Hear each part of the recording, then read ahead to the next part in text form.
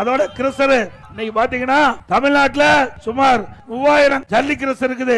3000 ஜல்லி கிறிஸ்தருக்கு இன்றைக்கு அவளிடத்துல மிரட்டி பணம் பறிக்கிற பாக்குறோம். இன்னைக்கு ஊர்ல ரவுடிகள் தான் கடைக்கு போய் மிரட்டி பணம் பறிப்பாங்க. அது போல இன்றைய ஆட்சியாளர்கள் இன்றைக்கு ஒவ்வொரு ஜல்லி கிறிஸ்தர் உரிமையாளரையும் மிரட்டி பணம் பறிக்கின்ற சூழ்நிலை பார்க்கிறோம். ஒரு ஏக்கர் அந்த கிறிஸ்தருக்கு நிலம் வச்சிருந்தா 3 லட்சம் ரூபாய் வாங்குறாங்க. கிரசருக்கு 10 லட்சம், ஸ்டாக் யார்டு இருந்தா 5 லட்சம். ஆக ஒரு கிரசருக்கு 20 லட்சம் ரூபாய் இன்றைக்கு லஞ்சமாக பெறுகிறார்கள். கிரசர் உரிமையாளரை மிரட்டி இந்த அரசாங்கம் அவருடைய பணம் பறிக்கப்பட்டு வருகிறது.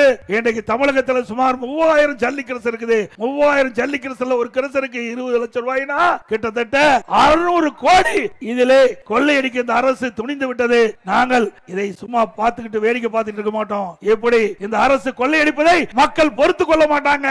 ஸ்டாலின் அவர்களே, இறுதி ஆட்சி உடைய இறுதி கட்டம் வந்து விட்டது. இன்றைக்கு கிடைப்பதெல்லாம் சுருட்டி விடலாம் என்று எண்ணுகிறீர்கள். அந்த அடிப்படையில் தான் கிரசர் உரிமையாளர்களை மிரட்டி ஒரு கிரசருக்கு 20 லட்சம் ரூபாய் பணம் பறிப்பதை நிறுத்திக் கொள்ளுங்கள். இல்லாவிட்டால் அதிமுக ஆட்சி மலர்ந்தவுடன் இதற்கு உரிய நடவடிக்கை எடுக்கப்படும் என்பதை நேரத்தில் தெரிவிக்கிறேன்.